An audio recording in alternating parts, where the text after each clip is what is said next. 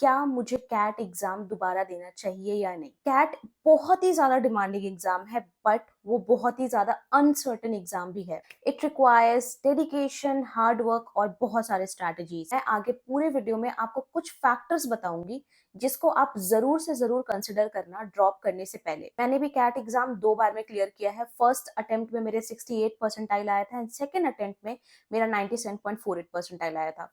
मैंने ड्रॉप क्यों किया था, उसका सबसे बड़ा रीजन था कि मैं एक वर्किंग प्रोफेशनल थी एंड काम की वजह से मैं बहुत ज्यादा फोकस नहीं कर पाई थी अपने एग्जाम में। तो एनालिसिस किया, मुझे यही पता चला कि जॉब की वजह से मेरा कैट में परफॉर्मेंस डिग्रेड हुआ था। बट अगेन ये पर्सन टू पर्सन डिपेंड करेगा। आगे वीडियो में मैं आपको 5 फैक्टर्स बताऊंगी जिसके बेसिस पे आपको ये डिसीजन लेना है कि क्या आपको दोबारा कैट एग्जाम लिखना चाहिए या लिखने की जरूरत नहीं है। So hello everyone, hope you all are doing well and keeping yourself healthy. Those who do not know me, my name is Anshika Singh and last year only I completed my MBA from IIM Mumbai and currently I'm working as a program manager at Amazon. Number one factor is an MBA necessary to achieve your goal? पूरा 1 साल वापस से drop करना से पहले ये question अपने आप से पूछना बहुत ज्यादा इंपॉर्टेंट है कि क्या आप जो करियर में अचीव करना चाहते हो वो आपको MBA के थ्रू ही मिलेगा, क्या और कोई रास्ता है इसके अलावा या नहीं। बहुत सारे स्टूडेंट्स का सपना होता है कि वो कंसल्टिंग की कंपनीज में जाए, वहां पे जाकर के फ्रंट एंड कंसल्टेंट बने, फिर टॉप रोल्स के सपने देखते हैं। वो उनका प्राइमरी रीजन होता है MBA करने का। सो अगर इस साल आपका अप्रोक्सीमेटली 85 या 90 परसेंटाइल आया है और आपको लग रहा है कि आप ड्रॉप करके नेक्स्ट ईयर इससे ज्यादा बेटर परसेंटाइल अचीव कर सकते हो और आपको इन्हीं रोल्स में जाना है, देन मैं आपको सजेस्ट करूंगी आप ड्रॉप कर सकते हो। बट अगर आपका MBA करने का रीजन अलग है तो अभी आपके पास जो ऑप्शंस है आप उसको भी एक बार कंसिडर कर सकते हो। हर किसी के लिए MBA करने का रीजन अलग अलग होता है। किसी को अपने प्रोफाइल में बूस्ट चाहिए होता है, किसी को अपने जॉब में बूस्ट चाहिए होता है, किसी का बस होता है जो फ्रेशर्स आते हैं कि उनको एक अच्छी कंपनी से स्टार्ट करना होता है, इसलिए वो करना चाहते हैं। आप सबसे पहले अपना region define. Before moving ahead in the video, let's give a shout out to the partner of this video and that is physics Wallah. CAT 2023 का रिजल्ट अभी ही खत्म हुआ है एंड फिजिक्स वाला का बहुत ही अच्छा रिजल्ट रहा है। 77 प्लस स्टूडेंट्स ने 99 प्लस स्कोर किया है, 135 प्लस स्टूडेंट्स ने 98 प्लस स्कोर किया है, 300 प्लस स्टूडेंट्स ने 90 प्लस स्कोर किया। फिजिक्स वाला MBA वाला लेकर के आया है 2 course. First is MBA pioneer 2024 batch, जिसकी प्राइस लिमिटेड टाइम के लिए 15,999 से रिड्यूस करके अब 7,999 कर दी गई है। MBA पायोनियर 2024 बैच में आपको मिलेंगे live classes with recording access 24/7, weekly test with analysis and daily practice problems with solution. Now the second course is MBA Pioneer Pro 2024. आपको मिलेगा free access to upcoming batches for MBA 2024, infinite practice questions, खजाना features का access मिलेगा, सारे exams इसमें covered होंगे। इसकी price limited time के लिए 30,999 से रिड्यूस करके 14,999 कर दी गई। So if you are going to use my coupon code AS200 तो आपको एडिशनल 200 का डिस्काउंट भी मिलेगा। जितने भी लिंक्स है मैंने नीचे डिस्क्रिप्शन बॉक्स में डाल दिया है, आप वहां से जाकर के चेकआउट कर सकते हो। बट किसी भी कोचिंग इंस्टीट्यूट में अपने आप को इनरोल करने से पहले I would suggest do your own research too. Second factor is your full time job is the reason for your failure? अगर आपका फुल टाइम जॉब आपके फेलियर का रीजन है, अगर आपने उसको एज अ बैकअप सपोर्ट रखा हुआ है कि मुझे फुल टाइम जॉब में भी आपको अपना एक्सपीरियंस देना है, उसके साथ साथ आपको काम भी करना है ताकि वो आपका एज अ बैकअप रहे। आप ओवरऑल एनालिसिस करो कि क्या जॉब की वजह से आपकी तैयारी में कहीं ना कहीं कोई कमी रह गई है, ज्यादा फोकस और करोगे अपने पढ़ाई पे तो क्या आप अच्छा अचीव कर सकते हो।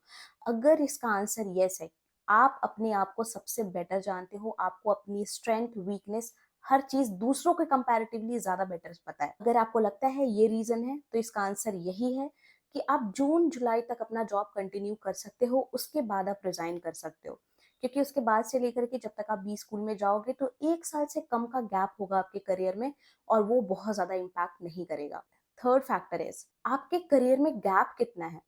अगर आपने इस साल कैट दिया है और ऑलरेडी आपका 1 साल का गैप है तो इस साल ड्रॉप करने से पहले आपको वो भी सोचना पड़ेगा। अगर आप इस साल ड्रॉप करने का सोच रहे हो, आपके करियर में ऑलरेडी 1 साल से ज्यादा का गैप है, आपको इंटर्नशिप्स के लिए या फिर कोई भी छोटे मोटे जॉब के लिए इस साल जाना पड़ेगा, क्योंकि आपको अपनी प्रोफाइल भी साथ साथ बिल्ड करनी बहुत ज्यादा इंपॉर्टेंट है। आप सर्टिफिकेशन कोर्सेज कर सकते हो, उसके थ्रू इंटर्नशिप्स कर सकते हो। इस तरीके से आपको अपनी प्रोफाइल ग्रो करनी पड़ेगी, क्योंकि आपका कैट निकल जाएगा तो बी स्कूल में जाने के बाद एक अलग ही कंपटीशन स्टार्ट होता है, कॉलेजेस की शॉर्टलिस्ट आती है एंड अगर आपके करियर में गैप होगा तो ये बहुत ही बुरा इम्पैक्ट करेगा। तो जब आप दोबारा से ड्रॉप करने का सोच रहे हो तो इन सारे फैक्टर्स को भी कंसिडर कर लेना। Fourth thing is coaching required this time? आपने ऑलरेडी कैट की तैयारी की हुई है, आपको पता है कि आपको क्या क्या रिसोर्सेज हैं आपके पास, जो भी स्टडी प्लान है, हर एक चीज आपको पता है। थॉरली बैठ करके एनालाइज करो कि क्या आपको कोचिंग इंस्टीट्यूट की जरूरत है उन कॉन्सेप्ट्स को क्लियर करने के लिए, या फिर अगर आपको ऑलरेडी बेसिक्स क्लियर है और आपको सिर्फ उसमें एडवांस करना है तो आपके पास जो मटेरियल्स और रिसोर्सेज है उसमें वो कंप्लीट हो जाएगा या नहीं। तो अगर आप दोबारा ड्रॉप करने चाह रहे हो तो एक चीज बैठ करके एनालाइज जरूर करना कि प्रीवियसली जो भी आपने रिसोर्सेज लिए थे क्या वो उस लायक थे या नहीं, वो अच्छे थे भी या नहीं, आपको दूसरे रिसोर्सेज की तो जरूरत नहीं है। स्ट्रेटजी इज, जो कि बहुत ही ज्यादा इंपॉर्टेंट है, सबसे पहले आप कहीं पे बैठो, किसी से एडवाइस भी ले लो और एनालाइज करो क्या वो ऐसी एक चीज थी जिसकी वजह से आपका परफॉर्मेंस अच्छा नहीं रहा। वो तरह के स्टूडेंट होंगे, एक जिन्होंने बहुत नॉर्मली पढ़ाई की होगी, बहुत ज्यादा कैट को सीरियसली नहीं लिया होगा, अपना बेस्ट नहीं दिया होगा। अगर आप उस कैटेगरी में फॉल करते हो तो यस, देयर आर चांसेस कि अगर आप इस साल ड्रॉप करोगे तो आप और अच्छा नंबर अचीव कर सकते हो। बट अगर आप सेकंड कैटेगरी ऑफ स्टूडेंट में हो जिन्होंने बहुत ज्यादा मेहनत की है, रात दिन एक कर दिया था, स्टिल ड्यू टू समथिंग उनका क्लियर नहीं हो पाया, आप बैठ के एनालाइज करो कि क्यों नहीं हो पाया आपके इतने हार्ड वर्क के बाद भी। क्या आपके प्रिपरेशन स्ट्रैटेजी में कोई कमी थी, क्या कोई मेंटल प्रेशर था आपके ऊपर, कुछ बर्डन था, क्या था? जब तक आप उसको सॉल्व नहीं करोगे, क्लियर करना एग्जाम बहुत ज्यादा डिफिकल्ट हो जाएगा। इसीलिए इस अटेम्प्ट में बैठने से पहले ये सारे क्वेश्चंस का आंसर बहुत ही थॉरली सोच लेना।